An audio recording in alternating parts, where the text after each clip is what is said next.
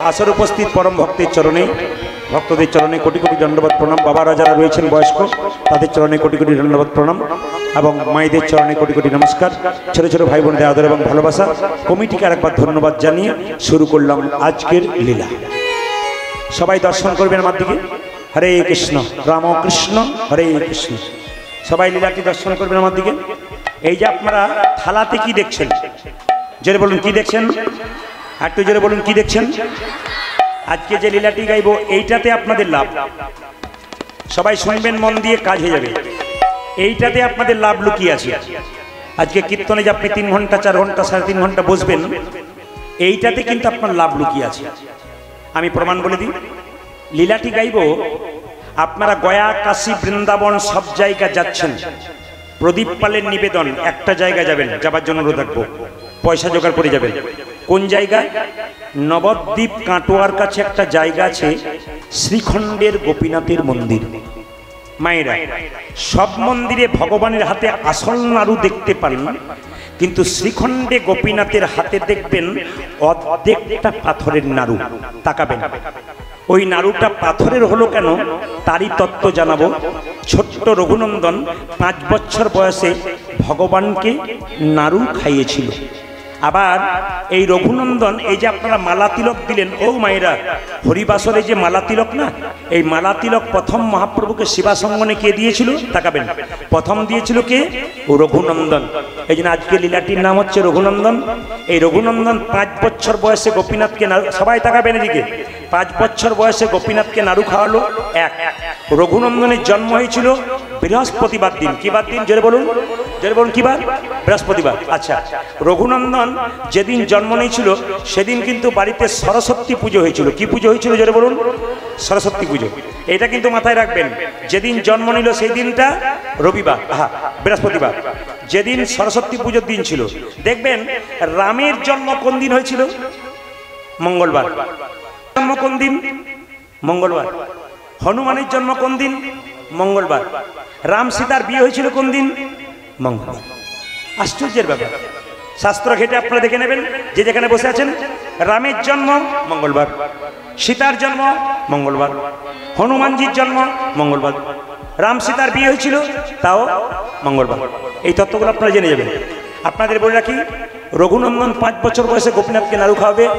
কীর্তনের শেষে আপনারা এই প্রসাদ সবাই কাপড়ের কোণে বেঁধে নিয়ে যাবেন। সবাই তাকান, যে যেখানে দাদা ভাইরা বসে আছেন, আপনারা পকেটের মধ্যে এই প্রসাদ নিয়ে যাবেন। মায়েরা এই প্রসাদ কাপড়ে কোণে 1 টুকরো হলো বেঁধে নিয়ে যাবেন। প্রশ্ন করবেন লাভ কি?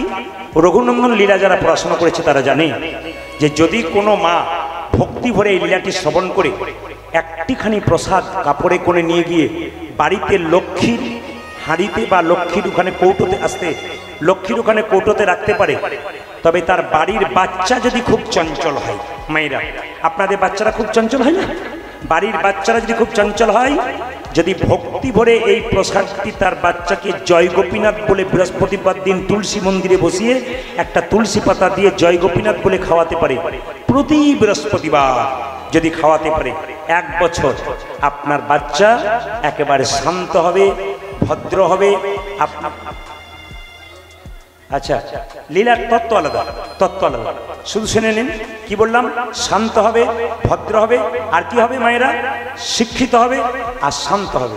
আর দ্বিতীয় কি বলুন তো, বাড়িতে কোনো অসুস্থ ব্যক্তি যদি থাকে এই প্রসাদটা তাকে দেবেন, তার অনেকটা কষ্ট নিবারণ হবে। 3 কি, বাড়িতে অশান্তি থাকলে এই বাতাসাটা আপনি তুলসী গাছের নিচে একটু ভেঙে গুঁড়ি করে দেবেন, প্রতিদিন 1 ঘটি করে জল দেবেন, দেখবেন আপনার জীবনে লাভ আছে। লীলার তত্ত্ব শুরু হবে। লীলাটাকে ছোট করে রেখে ভাসতে, আপনারা ইউটিউবের মাধ্যমে কথাগুলো শুনছেন, কিন্তু নতুন কথা শুনিয়ে দিয়ে যাব। আপনারা ইশারা করে দেখবেন, হ্যাঁ না না ভুল। তবে লীলার মধ্যে যেটুকু থাকবে সেটুকু তো থাকবেই, কিন্তু বাইরে থাকবে। সবাই বলুন রাধে রাধে, জোরে বলুন রাধে রাধে, আর একটু জোরে বলুন রাধে রাধে। তাকান, তাকান যে যেখানে বসে আছেন। রঘুনন্দনের জন্মের আগে বলি, শ্রীখণ্ডে 2 ভাই ছিল। বড় ভাইয়ের নাম মুকুন্দ, ছোট ভাইয়ের নাম নরহরি। ও মায়েরা, মুকুন্দ সরকার বড় ভাই, সে চিকিৎসা করে, আর ছোট ভাই তার সঙ্গে কম্পাউন্ডারি করে।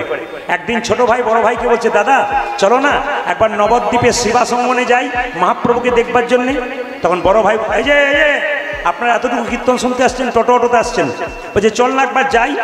ভাই বলল দাদা যেতে পারবে তো? বলে হ্যাঁ পারবো না কেন? বলে কেন না, অনেক দূর রাস্তা যেতে হবে হেঁটে হেঁটে, তখন তো টোটো অটো ছিল না, গাড়ি ঘোড়া ছিল না, হেঁটে যেতে হতো। তখন ছোট ভাই বলল দাদা সাধুগুরু বৈষ্ণবের মুখে শুনেছি কেউ যদি অনেক রাস্তা যায় হাততালি দিয়ে হরিনাম করতে করতে চলে যায় তার রাস্তা নাকি খাটো হয়ে যায়। চলুন তো আজকে সবাই মিলে আমরা যাই কোথায়? শ্রীবাসঙ্গম থেকে শ্রীখণ্ড থেকে শ্রীবাসঙ্গনে দু ভাই মিলে যাচ্ছে, বড় ভাই মুকুন্দ, ছোট ভাই নরহরি। কিভাবে যাচ্ছে? হাততালি দিয়ে। কৃষ্ণ কেশব কৃষ্ণ কেশব কৃষ্ণ কেশব তাই নাম, রাম রাঘব রাম রাঘব রাম রাঘব। হরে কৃষ্ণ কৃষ্ণ হরে কৃষ্ণ কৃষ্ণ কৃষ্ণ হরে হরে, হরে রাম রাম রাম হরে হরে। কৃষ্ণ কেশব কৃষ্ণ কেশব কৃষ্ণ কেশব তাই নাম, রাম রাঘব রাম রাঘব রাম রাঘব রক্ষ। হরে কৃষ্ণ কৃষ্ণ কৃষ্ণ হরে হরে, হরে রাম রাম রাম হরে হরে। কৃষ্ণ কেশব কৃষ্ণ কেশব কৃষ্ণ কেশব তাহি নাম, রাম রাঘব রাম রাঘব রাম রাঘব রক্ষ। হরি বল। হরে কৃষ্ণ কৃষ্ণ কৃষ্ণ হরে হরে, হরে রাম রাম রাম হরে হরে। কৃষ্ণ কেশব কৃষ্ণ কেশব কৃষ্ণ কেশব তাহি নাম, রাম রাঘব রাম রাঘব রাম রাঘব রক্ষ। কৃষ্ণ হে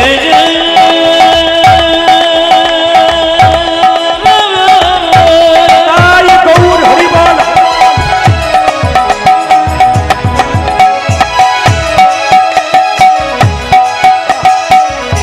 সবাই মিলে তালি দিয়ে কৃষ্ণ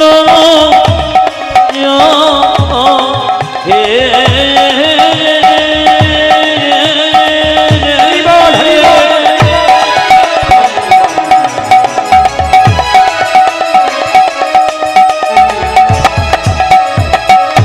তুমি দেখো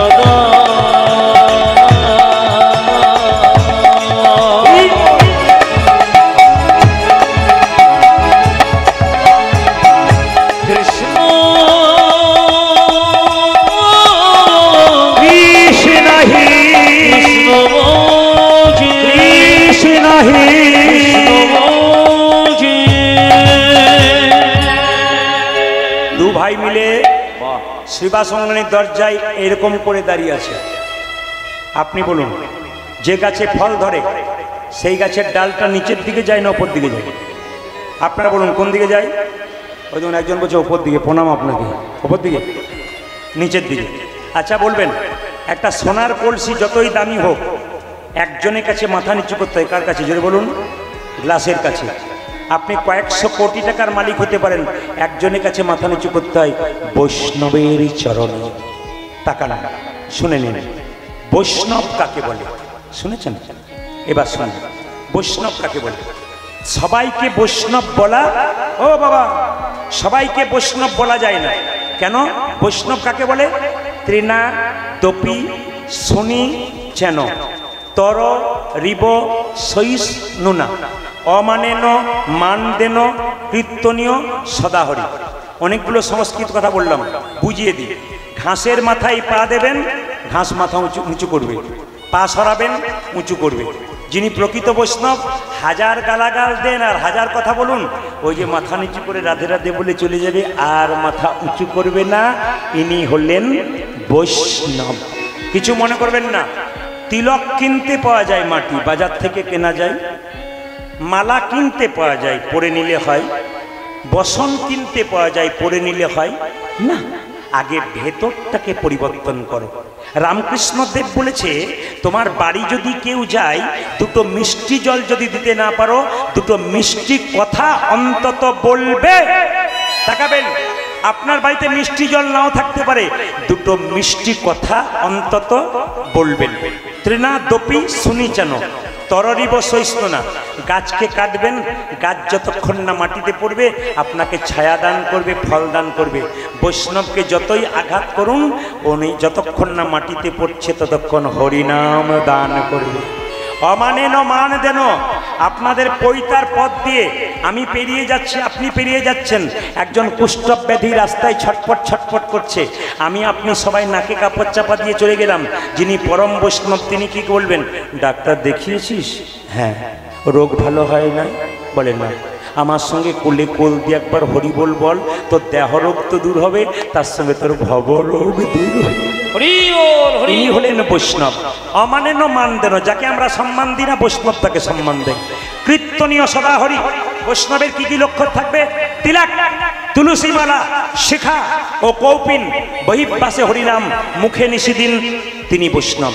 আবার তত্ত্ব, হাজার হাজার বটের ফল বট গাছে হয়, বট গাছের নিচে পড়ে একটাও চারা গাছ হয় না, সেই ফলটা পাখি থেকে স্টোমাকে গিয়ে ছাতের কার্নিশে পায়খানা করে, তার থেকে বট গাছ হয়। অনেকের মুখে হরিনাম, মায়েরা অনেকের মুখে হরিনাম শুনলে কোনো লাভ হবে না, যতক্ষণ না বৈষ্ণবের মুখে মধুমাখা নাম না শুনবেন ততক্ষণ আপনার শরীরে কৃষ্ণ প্রেমের অঙ্কুর জীবনে হবে না। তাকাবেন। আর বৈষ্ণব কাকে বলে? কোথায় গরুর হাট আছে আমি জানি না, যেখানে দেখবেন গরু কিনতে গেছেন বাছুর সহ, আপনি গাভীটাকে টানছেন, আসছে না। কি করলে আসবে? বাছুরটাকে কোলে করে এগিয়ে যান, গাভীকে ডাকতে হবে না, গাভী আপনার পেছন পেছন আসবে।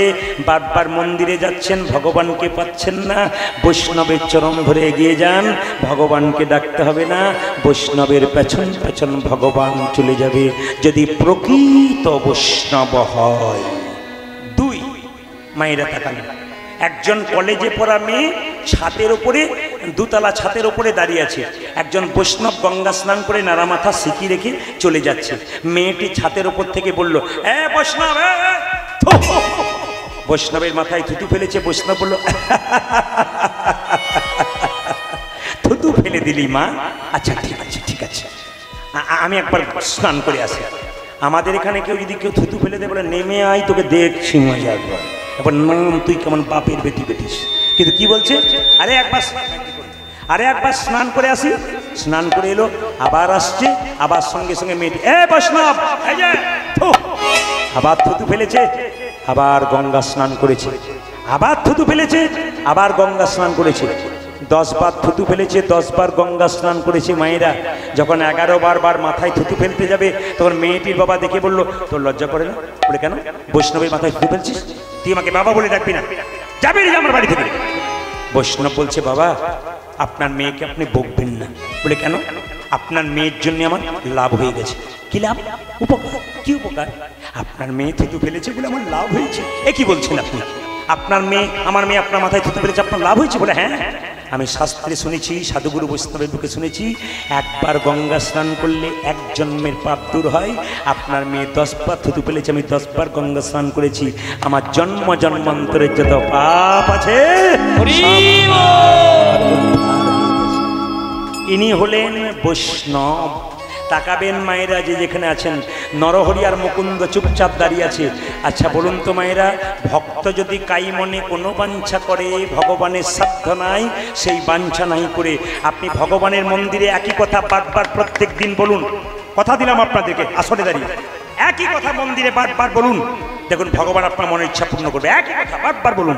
আমি দেখে নিয়েছি, আমার ওখানে একটা ছেলে অনেক দূর শিক্ষিত, চাকরি পায় নাই, তার মা আমাদের মন্দিরে এসে বারবার বলতো, প্রভু আমার ছেলেটার জন্য কিছু ব্যবস্থা হয়, তোমার চরণে আমি প্রতিদিন নিবেদন রাখলাম, তোমাকে আমি লোভ দেখাচ্ছি না, এই দেবো সেই দেবো, কিন্তু তোমার চরণে আমি ভক্তি রাখলাম, আমার ছেলের জন্য কিছু হয়, মৃত্যুর আগে যেতে পারি, দেখে যেতে পারি। আপনারা বিশ্বাস করবেন না, 1-2 বছর ডাকতে ডাকতে কেউ চাকরি পেল না, ছেলেটা কিন্তু পেয়ে গেল। কেন? ভগবানের কাছে ঠিকমতো ডাকতে পারলে ভগবান কৃপা তাকে আগে করে দেয়। একই কথা বারবার মন্দিরে বলবেন, দেখবেন আপনার মনের ইচ্ছা পূর্ণ না হলে আপনি বলবেন, একই কথা বলবেন। তবে হ্যাঁ, ভক্ত ভগবানের কাছে গাড়ি বাড়ি টাকা পয়সা চায় না। কি চাই? ভক্ত ভগবানের কাছে প্রেম আর ভক্তি চাই। আপনি প্রেম চাইবেন, ভক্তি চাইবেন, টাকা পয়সা গাড়ি বাড়ি নয়। লক্ষ্য করুন, মুকুন্দ সরকার যখন দাঁড়িয়ে আছে, মহাপ্রভু তখন শিবাসকে বলল, শিবাস দুজন দেখবার জন্য দাঁড়িয়ে আছে, চলো দুজনকে দেখা দিয়ে আসি। মহাপ্রভু কীর্তন করতে করতে বেরিয়ে যাচ্ছেন, আর নরহরি আর মুকুন্দ মহাপ্রভুকে দেখছে। যার যেমন ভাব তার তেমন লাভ। মহাপ্রভু নাচছে আর মুকুন্দ নরহরি দেখছে। কিভাবে? সৌরধ্বনি তীরে সৌরধ্বনি তীরে মহাবিল সমবয় বালক সঙ্গে আজ সৌরধ্বনি তীরে তীরে মহাবীর সমবয় বালক সঙ্গে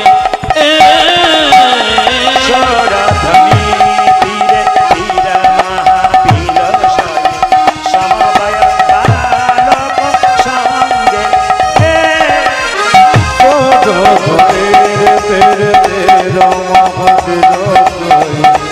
সমবয়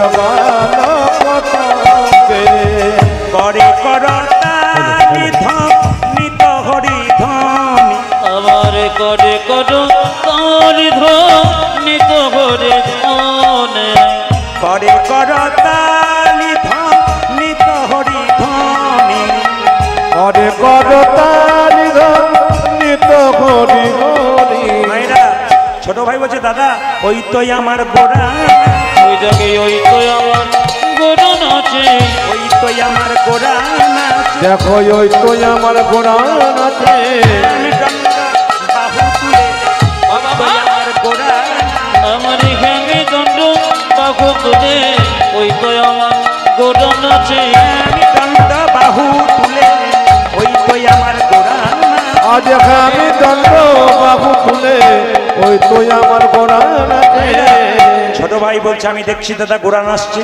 বড় ভাই বলছে, না না আমি দেখছি আরেকজন নাচছে। ওই তো গোড়াই নাচে, ওই জায়গায় ওই তো গোড়ায় নাচে, ওই তো গোড়াই নাচে। দেখো ওই তো গোড়াই নাচে, অন্তরে যার শ্যাম নাচে, বাইরেও গোড়াই।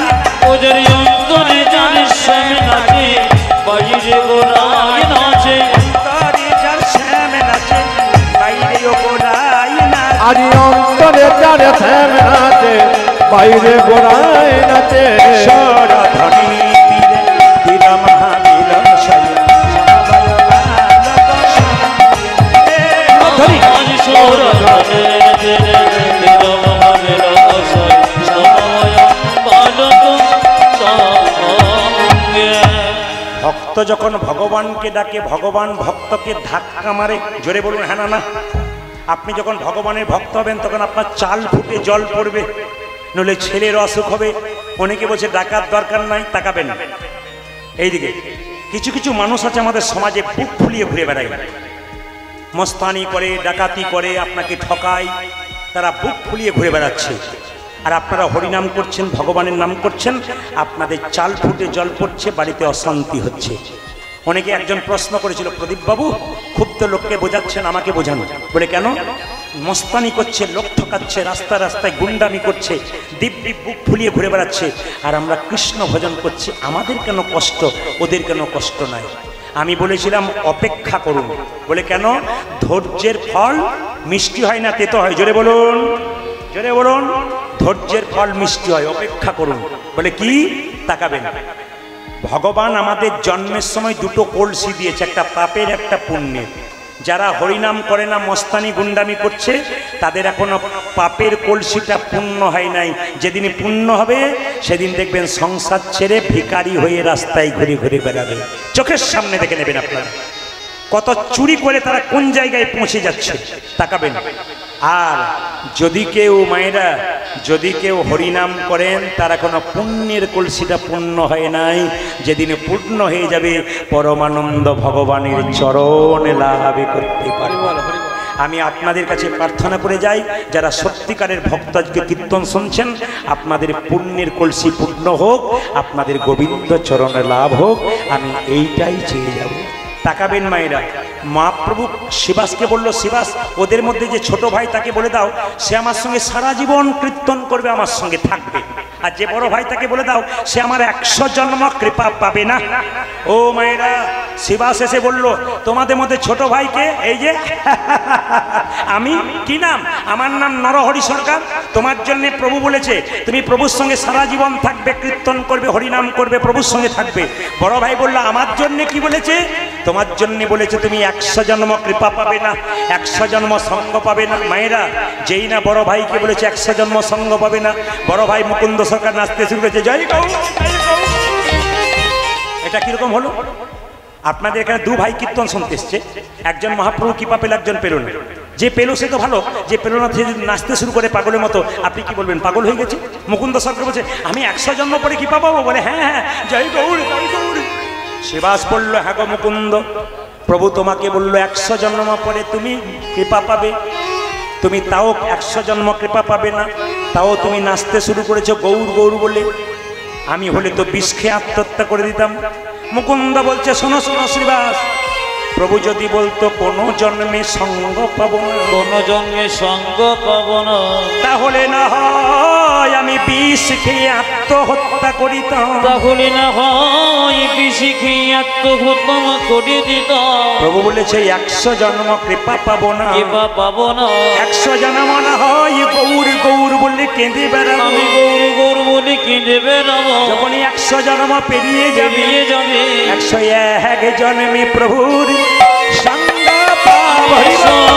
একে জন্মে প্রভু সঙ্গ পাবো, এক জন্মে প্রভুর সঙ্গ পাবো। ওই একই জন্মে প্রভু সঙ্গ পাব।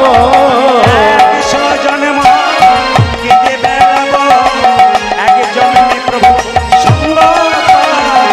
একে জন্ম কেঁদে বেড়াবো, হরি বল। ওই আমি 100 জন্ম কেঁদে বেড়াবো, প্রভু সঙ্গ, ওই আমি 100 জন্ম কেঁদে বেড়াবো। প্রভু সঙ্গ, একই জন্মে প্রভু সঙ্গ পাব। 3 ঘন্টার কীর্তন শুনতে সে কতবার হাওয়া করতে হয়, কতবার উঠতে হয়, কতবার বসতে হয়। 2-4 জন 3 ঘন্টার কীর্তন শুনতে এসে কতবার হাই তুলছে। কিন্তু মুকুন্দ সরকার বলল 100 জন্ম গৌর বললে কানবো, 101 জন্মে কৃপা পাবো। এর থেকে কি শিখলেন? ধৈর্য যার ভগবান তার, ধৈর্য যার নাই ভগবান তার নাই। মহাভারত 100 ভাইয়ের দাদা দুর্যোধন চঞ্চল ছিল, ভগবান হারালো। পঞ্চপাণ্ডবের দাদা যুধিষ্ঠির স্থির ছিলেন, উনি ভগবান পেয়ে গেলেন। এই জন্য মায়েরা, যারা এখানে স্থির চিত্তে বসে থাকবেন তারা ভগবানকে পাবেন, আর যারা চঞ্চল হবেন তারা ভগবানকে পাবে না।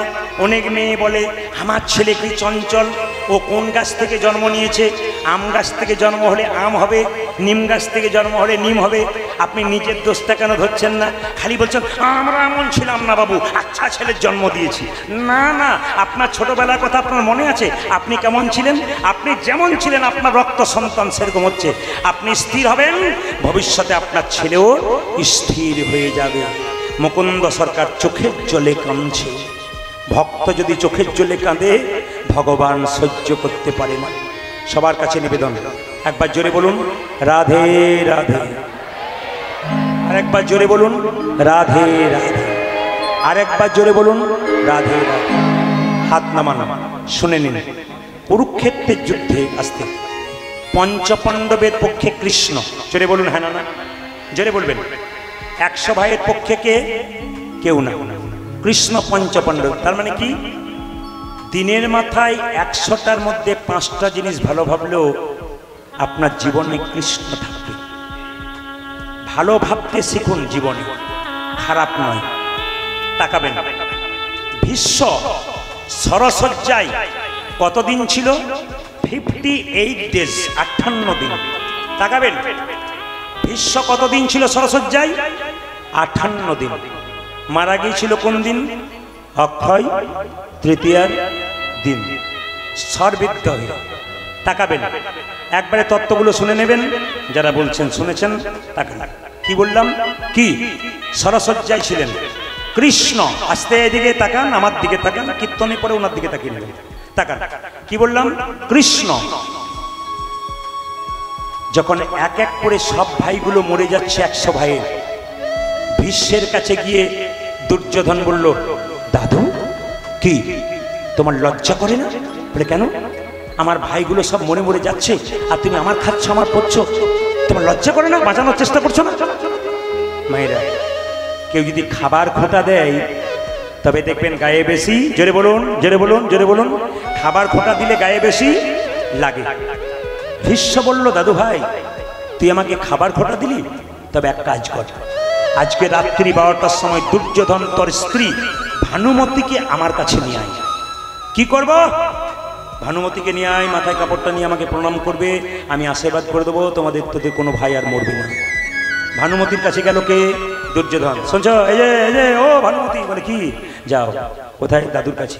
কটার সময়? 12টার সময়। বলে কেন? প্রণাম করে দাও, আশীর্বাদ করে দেবে, আমাদের 100 ভাই বেঁচে যাবে, একবারে মরবে না কেউ। মায়েরা, ভানুমতি বলল, আজকে যাব না, কালকে যাব। কাল কাল করে রাবণ স্বর্গের সিঁড়ি বাঁধতে পারে নাই। কাল কাল করে জীবনের কাল হয়ে যায়। অনেকে বলে কৃষ্ণ ভজন করবে না, এখন থেকে কি বয়স হবে তখন, এখন খাই পড়ি ঘুরি, এখন তো ওইটাই সময়, তাকাবে না। এরকম কিছু মানুষ আছে যাদের জন্য আমাদের সমাজ নষ্ট হচ্ছে, কিচ্ছু বোঝে না। একটা রাত্রি পেরোলে একটা করে জিন কমে যাচ্ছে, আমি আগেই বললাম, এরা কিচ্ছু বোঝে না, তাকাবেন। ভানুমতি গেল না, রাত্রি 12টার সময় কৃষ্ণ দ্রৌপদীর কাছে গেল। দ্রৌপদী, প্রভু, ও দ্রৌপদী, প্রভু এসো। বলে কোথায় যাবে? কার কাছে? ভীষ্মের কাছে। কেন? প্রণাম করে দাও, তোমার 5 পাণ্ডবার মরবে না, বেঁচে থাকবে। ও মায়েরা তাকান, দ্রৌপদী কৃষ্ণের পেছন পেছন আসছে, দাদু ভীষ্ম ভেতরে শুয়ে আছে। কৃষ্ণ বলল, দ্রৌপদী দাদু ভীষ্মের কাছে যাও, প্রণাম করে দাও, তোমাকে আশীর্বাদ করবে, তোমার স্মৃতি সিঁদুর দীর্ঘায়ু থাকবে, একবার যাও। দ্রৌপদী যাচ্ছে ভেতরে, জুতো জোড়া খুলে রেখে যাচ্ছে, আহা, জুতো জোড়া পরেই চলে যাচ্ছে। কৃষ্ণ বলল, দ্রৌপদী বড়দের কাছে যেতে গেলে জুতো খুলে যেতে হয়। আসলে কৃষ্ণের চালাকি, দ্রৌপদী যে না জুতো জোড়া খুলে রেখেছে, অমনি কৃষ্ণ জুতো জোড়া বুকে নিয়ে বারবার কাঁদছে। দ্রৌপদী,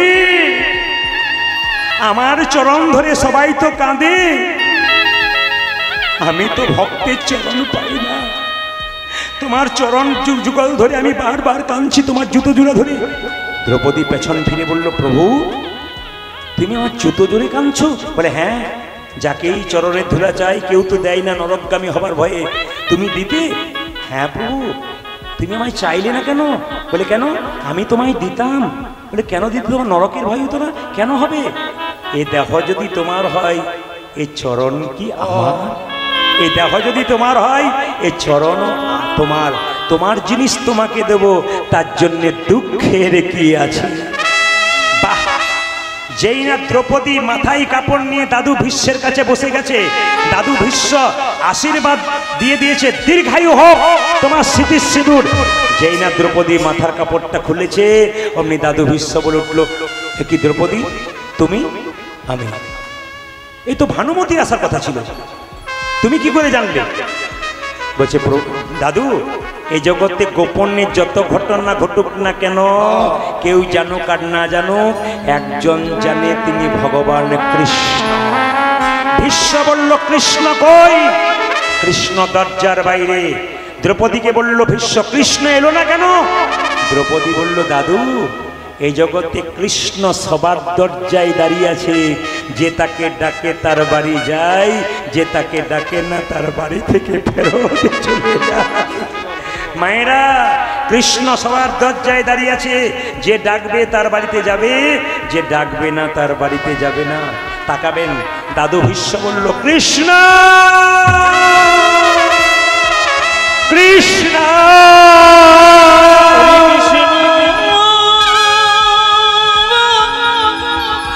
কৃষ্ণ কৃষ্ণ। তাকান, কৃষ্ণের ডাকে ভীষ্মের ডাকে কৃষ্ণ গিয়ে বলল, কি ব্যাপার আমায় ডাকলে কেন? দাদু ভীষ্ম বলল, এই যে আমি এইদিকে এইদিকে এইদিকে এইদিকে এই যে আমি কাঁটার মধ্যে বিদ্ধ হয়ে আছি, এত কাঁটার নিচে আমার এত কষ্ট কেন? তুমি তো ভগবান, আমি যে কাঁটার মধ্যে শুয়ে আছি আমার এত কষ্ট কেন? আমি যে যন্ত্রণায় ছটফট ছটফট করছি কেন? আমি কোন পাপে করেছি? কৃষ্ণ বলল, তোমার কত জন্মের কথা মনে আছে? বলে, আমি 7 জন্ম কোনো পাপ করি নাই। বলে, তোমার 8 জন্মের কথা মনে আছে? বলে, না। শোনো ভীষ্ম, 8 জন্মে তুমি ছিলে কে? 8 জন্মে তুমি ছিলে একজন রাজপুত্র। রাস্তা দিয়ে পেরিয়ে যাচ্ছিলে, একটা বিষধর সাপ রাস্তা দিয়ে পেরিয়ে যাচ্ছিল, আর তুমি একটা বেতের লাঠিতে করে বিষধর সাপটাকে তুমি কাঁটার মধ্যে ছুঁড়ে ফেলে দিয়েছিলে। কাঁটার মধ্যে ছটফট করেছিল বিষধর সাপ, কেউ বাঁচাতে পারে নাই মা। তখন বিষধর সাপটাকে দেখে দিয়ে বলেছিল, হে জগন্নাথ, তুমি জগতের না, তুমি জগতের না, হে জগন্নাথ,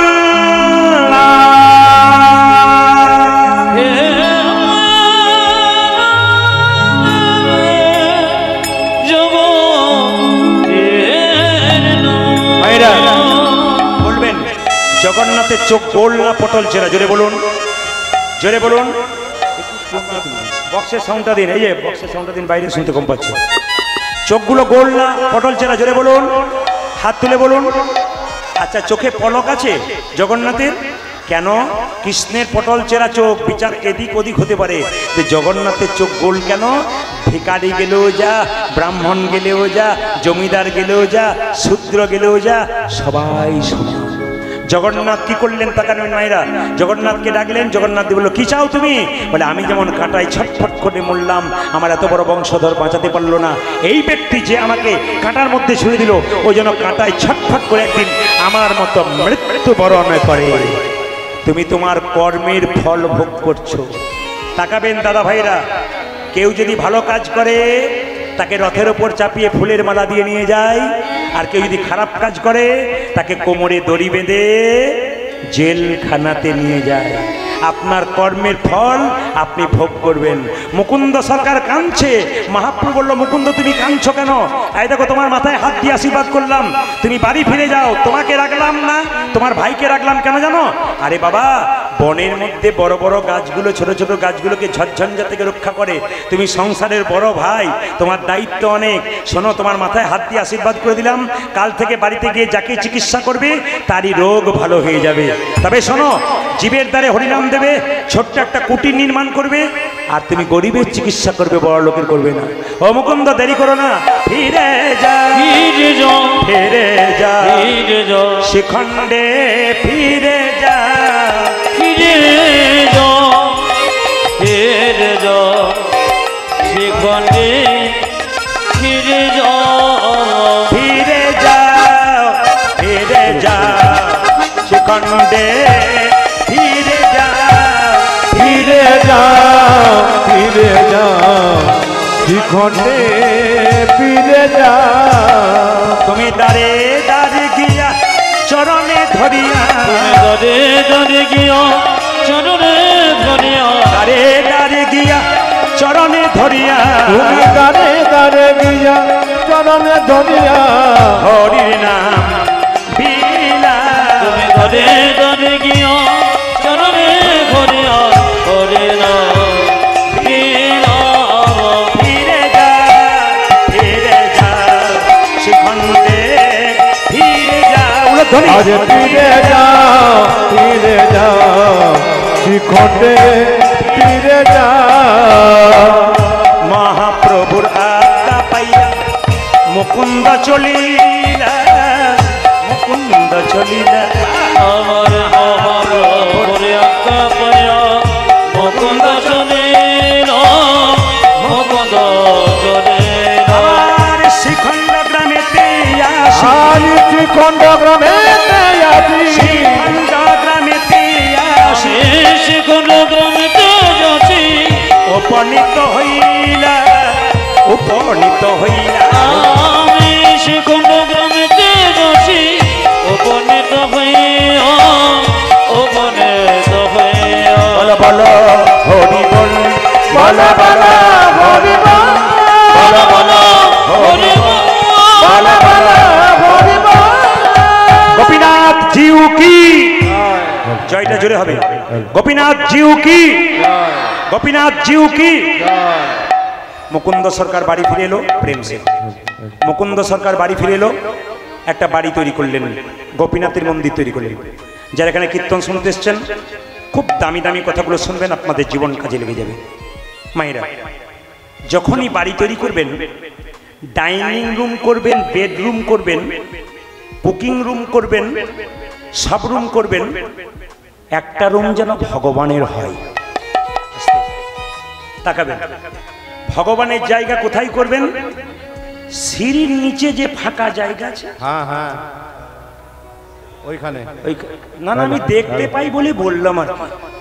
মানে গ্রামে গ্রামে যাচ্ছি তো অনেক বাড়িতে বাসা হয় দেখি এত বড় জায়গা গোবিন্দের জায়গা নাই সব সিঁড়ির নিচেই হলো আমি আপনাদের জন্য বলি নাই প্রায় জায়গায় দেখলাম বলি আমি বললাম দাদা সিঁড়ির নিচে কেন বলে গোবিন্দ ছোট মতো ওই জন্য ছোট জায়গাতেই রেখেছি বললাম বাহ খুব ভালো কথা ছোট জায়গায় রেখেছি মানে বড় মতো বাড়ি যদি দিয়ে দেয় তাহলে কেন অত বড় বাড়িটা নষ্ট হয় ছোট মতো দিয়ে দেয় তাকাবেন আমার দিকে বাড়ি যারা তৈরি করছেন ইঞ্জিনিয়ারিং প্ল্যানে করেন তাই তো এইদিকে এইদিকে জ্যোতিষ দেখে করেন তাই তো কিভাবে কি করতে হয় কিন্তু খনা মায়ের নাম শুনেছেন খনার বচন জোরে বলুন হ্যাঁ না না আমার কথা নয় খনা মা বলেছে যদি কেউ বাড়ি তৈরি করেন দক্ষিণ দুয়ারি ঘরের রাজা পূব দুয়ারি তার প্রজা পশ্চিম দুয়ারির মুখে ছাই উত্তর দুয়ারির খাজনা নাই পীরে উঁচু আর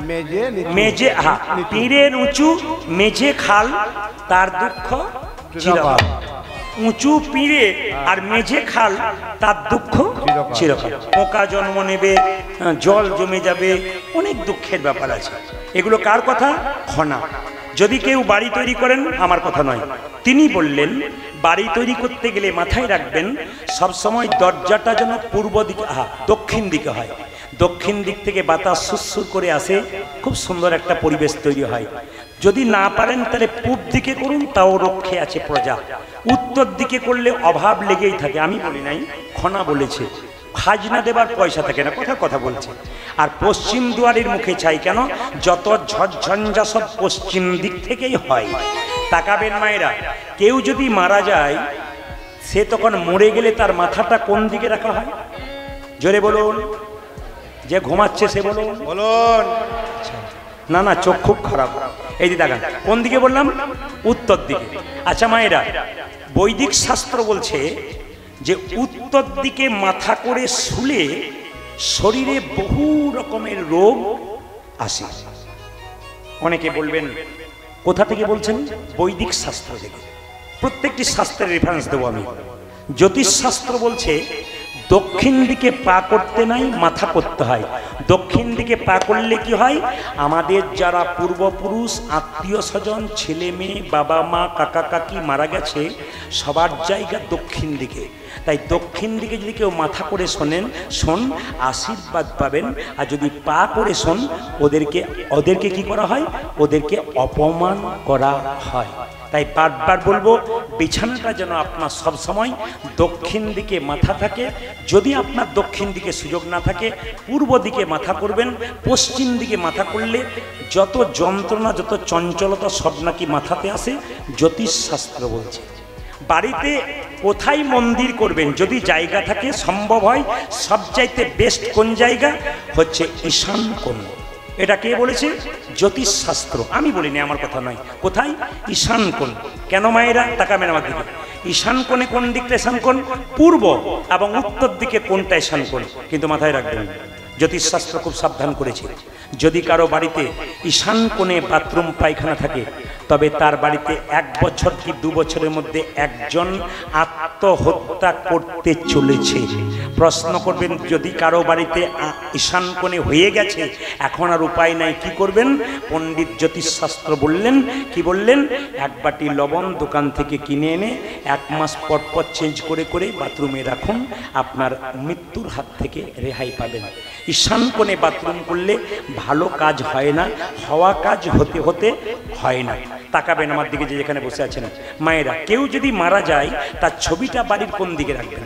উত্তর দেওয়ালে দক্ষিণ দিকে মুখ করে, মাথায় রাখবেন।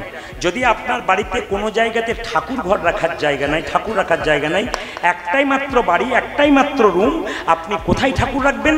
নিশ্চয়ই সেই রুমেই রাখবেন, কিন্তু ঠাকুরটা যে আলমারিতে রাখুন বা যে তাকে রাখুন বা যে কাঠের মানে কি বলে ওটাকে সিংহাসনে রাখুন, আপনি সারাদিন খোলা রাখবেন, কিন্তু শোবার সময় কিন্তু একটা পর্দা লাগিয়ে দেবেন। দামি দামি কথাগুলো নেবেন, আপনার জীবন কিন্তু উন্নত হবে।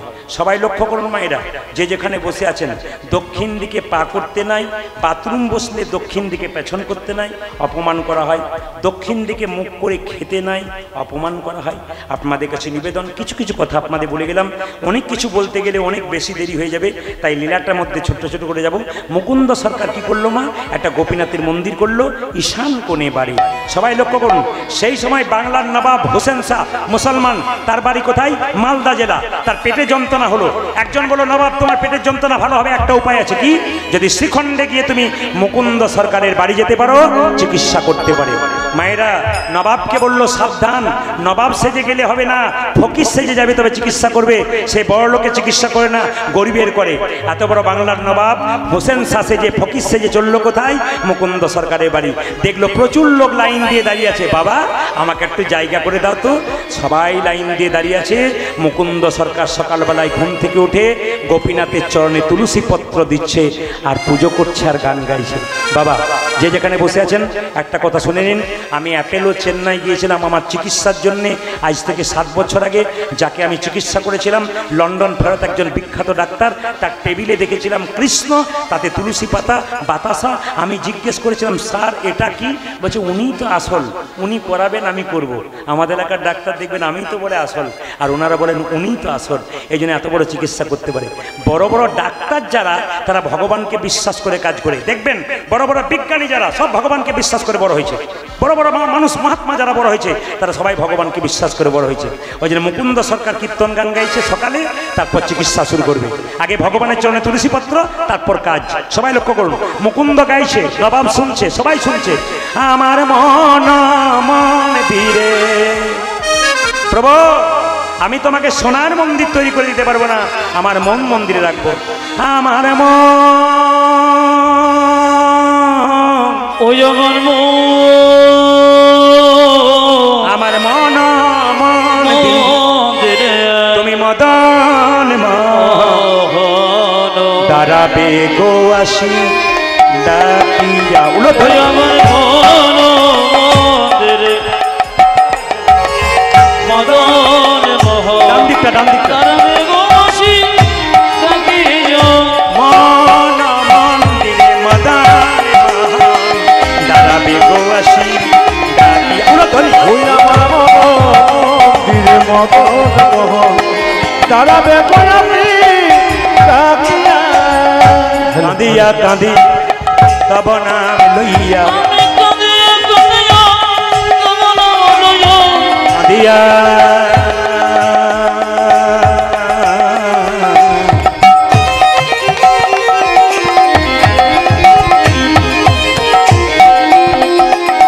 প্রাণনা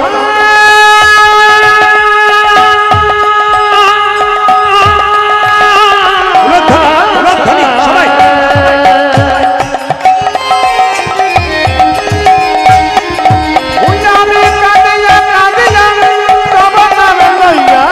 কাঁদিয়া কাঁদিয়া তব নাম লইয়া নান জলে গো আশায়া।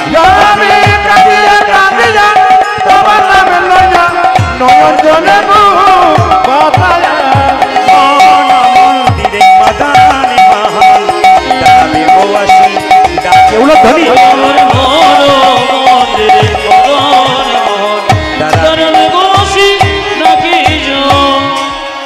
আপনাকে ডাকছি। ওই যে মাঝে চশমা পরে, চশমা পরে আপনাকে ডাকছি। ওই যে চশমা পরে আপনাকে ডাকছি। আপনি চশমা পরে বসে আছেন, আপনাকে ডাকছি। এদিকে আসুন, এদিকে আসুন, এদিকে আসুন, এদিকে আসুন, চশমা পরে, আসুন না, একবার উঠুন, উঠুন। আপনাকে না বাবা, আপনাকে নয়, মুকুন্দ সরকার ডাকছে নবাবকে। নবাবকে ডাকছে আপনাকে, নবাবকে ডাকছে আর কি। এই যে এই যে এই যে এই যে এইদিকে এইদিকে নবাব এসে বলছে, নবাবকে তো চেনে না, ফকির তো। এই যে কি হয়েছে তোমার? ধীরে, আমার পেটে যন্ত্রণা হয়েছে। দেখি দেখি দেখি দেখি দেখি দেখি দেখি দেখি দেখি তোমার জামাটা খোলো তো। এত বড় বাংলার নবাব মনে মনে ভাবছে জামা আমি খুলবো, কিন্তু যদি পেটের রোগ না ভালো হয় তাহলে বুঝবে আমি কে এসেছি। আরে ভাবছো কি, প্রচুর লোক লাইন দিয়ে দেখেছে, জামাটা খোলো। যেই না নবাব মুকুন্দ সরের কথায় চমকে উঠে জামাটা খুলে দিয়েছে, এবার মাটির বারান্দাতে গড়াগড়ি দাও। যেই না নবাব মাটির বারান্দাতে গড়াগড়ি দিয়েছে, অমনি মনে মনে ভাবছে কালের কাল বর্ষাকাল, হরিণে চাটে বাঘের গাল, নেহাত বেকায়দাই করেছি, পেটের যন্ত্রণা ভালো হলে না হলে বুঝে আমি কেমন কে এসেছি। যেই না গড়াগড়ি দিয়েছে অমনি চমকে উঠে বললো, কবিরাজ কি তোমার এখানে ওষুধ দেওয়া থাকে নাকি? বলে কেন? যেই না গড়াগড়ি দিলাম অর্ধেকটা পেটের রোগ ভালো হয়ে গেল। মুকুন্দ সরকার বলল, সবাইকে দিতে দিতে এক একটু পড়ে যায়, তোমার হয়তো কাজে লেগে গেছে। দেখি দেখি দেখি দেখি দেখি দেখি হা করো তো, আসল পেটের যন্ত্রণা ভালো হয়ে গেছে। ধুলাতে গড়াগড়ি দিয়ে কেন পেটের যন্ত্রণা ভালো হল?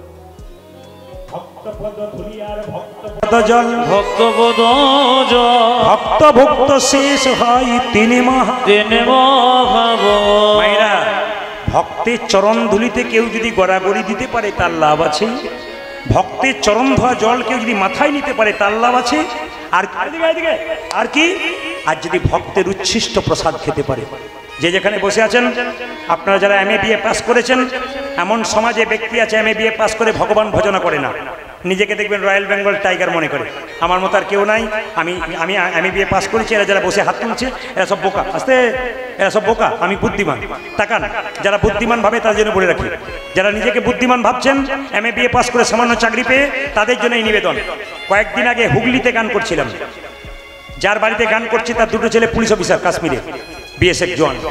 সবাই তাকান তো, তার বাড়িতে গান প্রতি বছর আমি করি, পরপর 3 বছর করলাম। তো কলকাতা থেকে 3টে মেয়ে কীর্তন শুনতে এসছে, 3টে গোপালকে কোলে করে আমার কাছে দেখা করতে গেল বাসায়। নমস্কার করলেন, বেশ, কোথা থেকে এসছেন? কলকাতা। কেন কলকাতায় আমাকে পান না? পাই, সব জায়গায় পাই না, আমার আত্মীয় বাড়িতে চলে এলাম। 3 জন এসছে, 3 জন গোপালকে, 3টে গোপালকে নামিয়ে সামনে বসে আছে। কীর্তন শেষ হয়ে গেল, সবাই উঠে গেল, 3টে মেয়ে ধুলোতে গড়াগড়ি দিচ্ছে। আমি চালাকি করে একটা মেয়েকে জিজ্ঞেস করলাম, আচ্ছা দিদি, তুমি যে ধুলোয় গড়াগড়ি দিলে, তোমার কাপড়টা নষ্ট হয়ে যাবে না? মেয়েটি বলে উঠল, আপনি তো বলেছেন কীর্তনে, স্বামীর যদি 10টা কাপড়ের দোকান থাকে, চিতাতে শুয়ে দিলে একটা কাপড়ও যাবে না, যেমন খালি হাতে এসেছিলাম তেমন খালি হাতেই যাব। আমি বললাম, কিছু মনে করবেন না, আপনি কি হাউস ওয়াইফ না কিছু করেন? মাথা নিচু করে বললেন, এমন কিছু না। বলে কি? কলেজের প্রফেসর। শিক্ষিত ব্যক্তি যারা আছেন, যাদের এখনো পর্যন্ত ঘমন আছে ভেতরে, অহংকার ভেতরে আছে, তারা শুনবেন। ওই মেয়েটি বললো, আমি খুব মাথা নিচু করে বললো, আমি কলেজের অধ্যাপিকা। বাহ, আপনি কীর্তন শোনেন? শুনবো না কেন? আমার বাচ্চাকে নিয়ে এসছি, ওই দেখুন বসে আছে আমার সামনে। বাহ, আপনি কটায় অফিস যান, মানে স্কুলে কলেজে যান? বলছে, আমার স্বামীও প্রফেসর, আমি অধ্যাপিকা। তাই নাকি? বেশ, মেনে নিলাম। আপনার কি করে এতটা মেনটেন করে সময়? বলছে, আমরা তো প্রসাদ ভোজি, ভোর 4টে উঠে গোবিন্দের সেবা টেবা করি, মঙ্গল আরতি করি, তারপর প্রসাদ তৈরি করি, ভগবানকে দিই, দুজনের সেবা নিয়ে চলে যাই, ছেলেকে স্কুলে পাঠিয়ে দিই, আবার সময়ে 3 জনে ঘরে আসি, সন্ধ্যাবেলায় নাম কীর্তন করি, আবার ঢুকে যাই নিজের নিজের ডিউটি করবার জন্য। তাকিয়ে দেখুন, সামান্য BA পাস, মাধ্যমিক পাস করে তার পাওয়ার দেখলে মাথা খারাপ। রাস্তায় এমনভাবে চলে মনে হয় এর মতো পণ্ডিত আর পৃথিবীতে কেউ নাই। ওই মেয়েটার দিকে তাকান, যে গাছে ফল ধরে সেই গাছ নিচের দিকে নামে। বললাম না, ভারী কলসির আওয়াজ হয় না, হালকা কলসির আওয়াজ হয়। তাকাবেন। আর একটা মেয়েকে জিজ্ঞেস করলাম, আপনি কি করেন? ওই মেয়েটি বলে আমি দাঁতের ডাক্তার, আমার স্বামীও দাঁতের ডাক্তার। বারে, আর একটা 18 বছরের মেয়ে, ওকে জিজ্ঞেস করলাম তুমি কি করো? ও বলছে আমি একটা কাজ করি। কি? বিউটি পার্লারে কাজ। বললাম আরে আমিও তো করি, আপনি কখন করেন? আপনি তো কীর্তনই করছেন, কখন করছেন? আমার না কীর্তন করতে করতেই করি। বলে কি করে করেন? বললাম তুমি তো বিউটি পার্লারে কাজ করে ভক্তদের বাইরেটা বাবা সুন্দর করার চেষ্টা করো, আর আমি বিউটি পার্লারে কাজ করে ভক্তের হৃদয় মন্দিরটাকে পরিচ্ছন্ন করার চেষ্টা করি। এটা হচ্ছে একটা বিউটি পার্লারের কাজ। এখানে যত আসবেন তত আপনার ভেতর কিন্তু পরিষ্কার হয়ে যাবে। মায়েরা সবাই লক্ষ্য করুন।